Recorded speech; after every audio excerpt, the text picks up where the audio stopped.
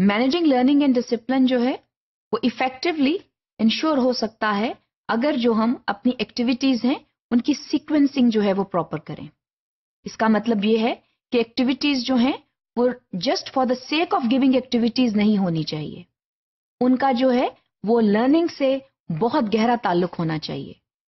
Rather your lesson plan and your activities they should have a very safe integration, not only that they should also complement each other. तो जो आपके teaching targets हैं उसमें इस चीज को ensure करें कि जो सीक्वेंस ऑफ एक्टिविटीज है वो क्या है और how is it building the learning capacities of the students. तो जो आपकी सीक्वेंस है एक्टिविटीज की, इट प्रमोट्स स्टूडेंट लर्निंग। इसका मतलब ये है कि अगर आपने कोई भी कॉन्सेप्ट पढ़ाना है तो पहले तो उसके लिए जरूरी है कि उसका थोड़ी सी उसकी कोई प्रिलिमिनरी इंट्रोडक्शन या प्रिलिमिनरी एक्सरसाइज करवाएं, जिसकी फिर सीक्वेंस में आप मेन कॉन्सेप्ट दें।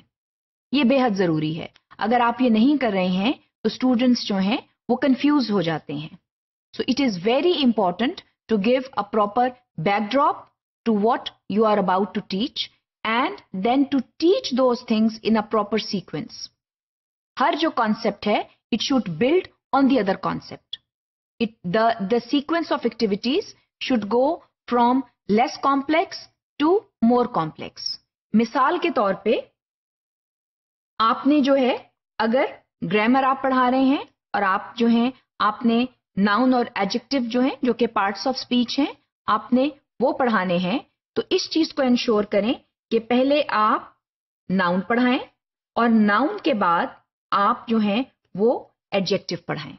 इसका मतलब ये है कि जो नाउन है वो सीक्वेंस ऑफ एक्टिविटीज में, सीक्वेंस ऑफ लर्निंग में पहले आ रहा है, और एडजेक्टिव जो है which primarily defines a noun, it qualifies a noun.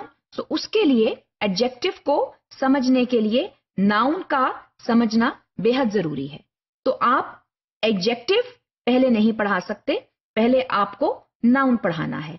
इसी तरह जो है वो ये जरूरी है कि सीक्वेंस जो है उसको मेंटेन किया जाए। मसलन अगर आप वर्ब और एडवर्ब पढ़ा रहे हैं तो पहले आप वर्ब पढ़ाएंगे, बाद में आप जो है वो एडवर्ब पढ़ाएंगे।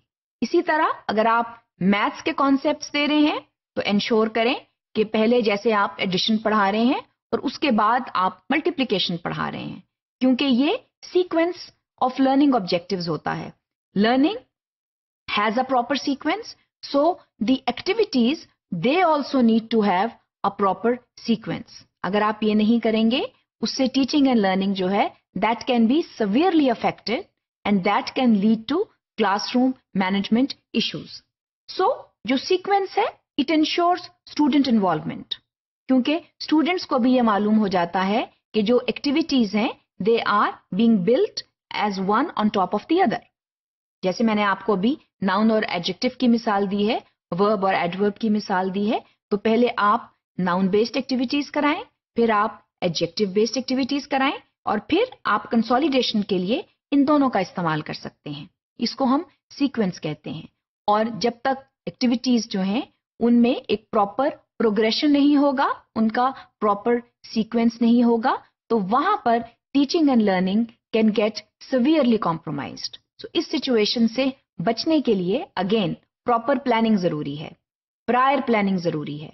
और जब आप क्वार्टरली प्लानिंग करते हैं, एक तो आप ईयरली प्लानिंग करते हैं, उसके बाद बाज स्कूल्स में, बाज इंस्टीट्यूशंस में क्वार्टरली प्लानिंग्स भी होती हैं, उसमें जो है ये जरूरी है कि आप इस सीक्वेंस को फॉलो करें, क्योंकि ये जो सीक्वेंस है अगर ये नहीं क्लासरूम में आ रहा और आपकी एक्टिविटीज में ये इनबिल्ट नहीं है तो फिर उसमें मैनेजमेंट इश्यूज इसलिए होंगे क्योंकि स्टूडेंट्स को बात आपकी समझ में नहीं आएगी, और जब बात समझ में नहीं आएगी then of course there will be management issues in the classroom which will be difficult to solve because they would not be related as such to disruptive behaviours.